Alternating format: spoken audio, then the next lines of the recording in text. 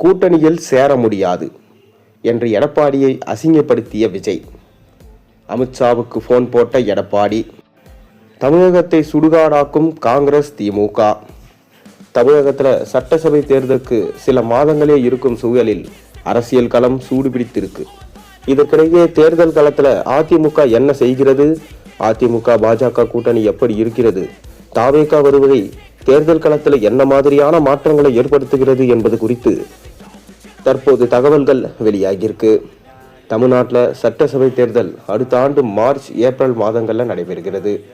சில மாதங்களே இருப்பதால தேர்தல் களம் சூடு பிடிச்சிருக்கு. திமுக அதிமுக என எல்லா கட்சிகளும் தீவிர பிரச்சாரத்தில் இறங்கியிருக்காங்க. இதற்கிடையே தமிழ்நாடு தேர்தல் களம் தொடர்பாக தற்போது சிறப்பு செய்திகள் வெளியாகியிருக்கு.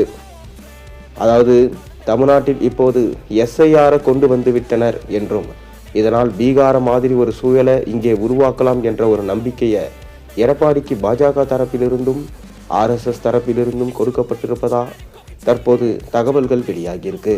மேலும் பீகார் தேர்தல் முடிவுகளுக்கு பிறகு ஆர்எஸ்எஸ் தலைவர்கள் எடப்பாடியை வந்து சந்தித்து விட்டு செல்வதாகவும் அவர் சொல்லியிருந்தார்.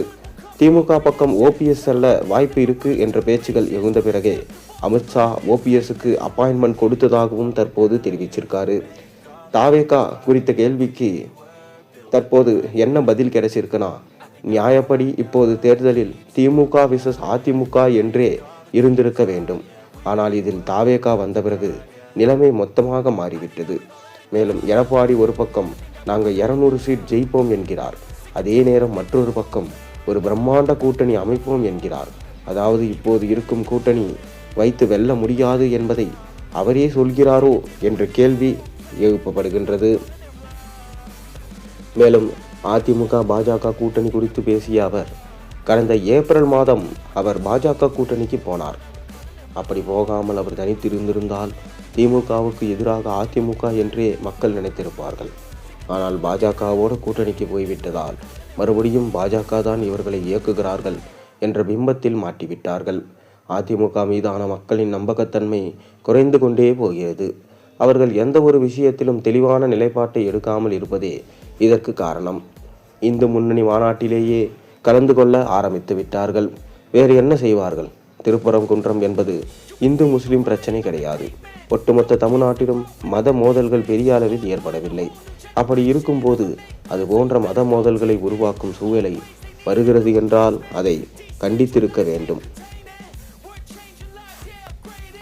மேலும் அதிமுக பொதுக்குழுவில் இந்த கூட்டணியில் எந்தெந்த கட்சிகள் எல்லாம் வர வேண்டும், எந்த கட்சிகள் வரக்கூடாது என்ற விஷயங்களை எல்லாம் நாம் தீர்மானிப்போம் என்பதை தீர்மானமாகவே நிறைவேற்றிவிட்டார்கள். அது பாஜகவுக்கு அனுப்பப்பட்ட ஒரு மெசேஜாகவே நான் பார்க்கிறேன். அதே நேரம் இதை தீர்மானமாக போடுகிறார்கள் என்றால் அதிமுக எந்த அளவுக்கு பலவீனமாக இருக்கிறது என்ற கேள்வி வருகிறது. கூட்டணிக்கு நீங்கள் தான் தலைமை தாங்குகிறீர்கள், பிறகு ஏன் இந்த மாதிரி ஒரு தீர்மானத்தை போட்டு இருக்கிறீர்கள் என சொல்லப்படுகிறது. அது மட்டுமில்லாமல் காவிரியின் குறுக்கே மேகதாது அணை கட்டுவதற்கான திட்ட அறிக்கை தயாரிக்க கர்நாடக அரசுக்கு உச்சநீதிமன்றம் அனுமதி அளித்திருக்கிறதா அண்மையிலே தகவல்கள் வெளியாகியிருந்தது. தமிழக அரசு உச்சநீதிமன்றத்தில் சரியா வாதிடாமல் காவிரி நீர் உரிமையை விட்டு கொடுத்து எதிர்கட்சிகள் கண்டனம் தெரிவிச்சிருக்காங்க. இந்த நிலையில் மேகதாது அணை கட்டுவது குறித்து அனைத்து ஏற்பாடுகளையும் செய்ய 30 பேர் கொண்ட உயர்மட்ட அதிகாரிகள் குழுவை கர்நாடக அரசு அமைத்திருப்பதா அதிமுக பொதுச் செயலாளர் எடப்பாடி பழனிசாமி அதிர்ச்சி தகவல் ஒன்றையும் தெரிவிச்சிருக்காரு.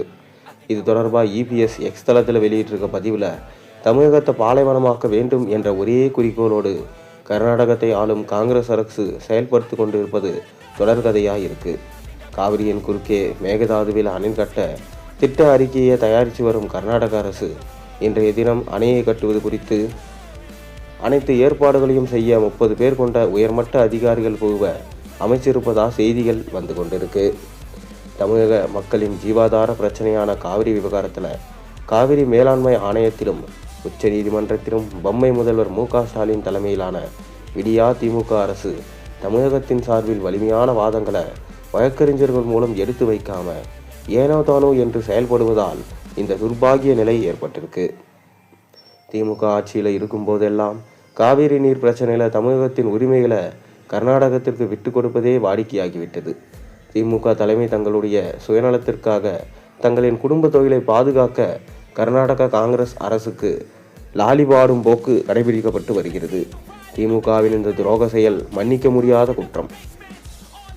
இனியாவது தமிழக மக்களுக்கு துரோகம் செய்யும் நினைப்பை கைவிட்டுவிட்டு சட்ட ரீதியான நடவடிக்கைகளை உடனடியாக மேற்கொண்டு காவிரியில் தமிழகத்தின் உரிமைகளை பாதுகாக்க வம்மை முதலமைச்சர் மு.க.ஸ்டாலினை வலியுறுத்தின அப்படின்னு சொல்லியிருந்தார். அது மட்டும் இல்லாமல் திமுகவில் நிறைய ஊழல்கள் நடந்துள்ளதாகவும் தற்போது கூட ஒரு கட்டுமான பணிக்காக 1200 கோடி ரூபாய் ஊழல் நடந்துள்ளதாகவும் தற்போது குற்றச்சாட்டுகள் எழுந்த வண்ணம் உள்ளன. மேலும் திமுகவில் உள்ள 10 அமைச்சர்களின் முக்கியமான ஊழல் வழக்குகள் அடங்கிய ரெக்கார்ட் ஃபைல்ஸ் அமித்ஷாவின் டேபிளுக்கு அனுப்பப்பட்டதாகவும் அதை கூடிய விரைவில் அமித்ஷா ஆக்ஷன் எடுக்கப் போகிறார் எனவும் கண்டிப்பாக இதில் அனைத்து முக்கிய திமுகவின் தலைகளும் மாட்டும், அவர்கள் 2026இல் வெற்றியடைய மாட்டார்கள் என்கின்ற தகவலும் தற்போது வெளிவந்த வண்ணம் உள்ளது. ஒரு பக்கம் எப்படியாவது விஜயை கூட்டணிக்குள் கொண்டு வந்துவிட வேண்டும் என எடப்பாடி பழனிசாமியும் முயற்சி செய்து கொண்டு வருகிறார். ஆனால் விஜய் கண்டிப்பாக கூட்டணிக்கு வர முடியாது என்கின்ற நிலைப்பாட்டில் உள்ளார். இன்னொரு புறம் அமித்ஷாவோ OPS மற்றும் டிடிவி தினகரன் போன்றோரை NDA கூட்டணியில் சேர்த்து அதிமுகவில் சேர்க்க முயற்சி செய்து வருகிறார். ஆனால் எடப்பாடியோ நான் தான் முழு உரிமையையும் எனக்கு மட்டும்தான் உள்ளது, நான் தான் முடிவெடுப்பேன், பாஜக எதிலும் தலையிடக்கூடாது, அமித்ஷா அவர் வேலையை மட்டும் பார்த்தால் போதும் என்று அமித்ஷாவை டென்ஷன் ஆக்கியதாக தற்போது தகவல்கள் வெளிவந்த வண்ணம் உள்ளன. அதனால் கண்டிப்பாக தமிழக அரசியல் கணத்தில் தாவேகா என்பது பெரும் வளர்ச்சி பெறும் எனவும் விஜயின் தமிழக வெற்றிக்காகவே இம்முறை தேர்தலில் வெற்றி களத்தை காணும் எனவும் தற்போது தகவல்கள் வந்திருக்கிறது. மேலும் காங்கிரஸ் விஜயோடு சேர்ந்தால் கண்டிப்பாக இம்முறை விஜய்க்கு தான் வெற்றி வாய்ப்பு, அதிமுக மற்றும் திமுக கட்சிகள் காணாமல் போய்விடும் என்கின்ற தகவலையும் நம்மால் பார்க்க முடிகிறது.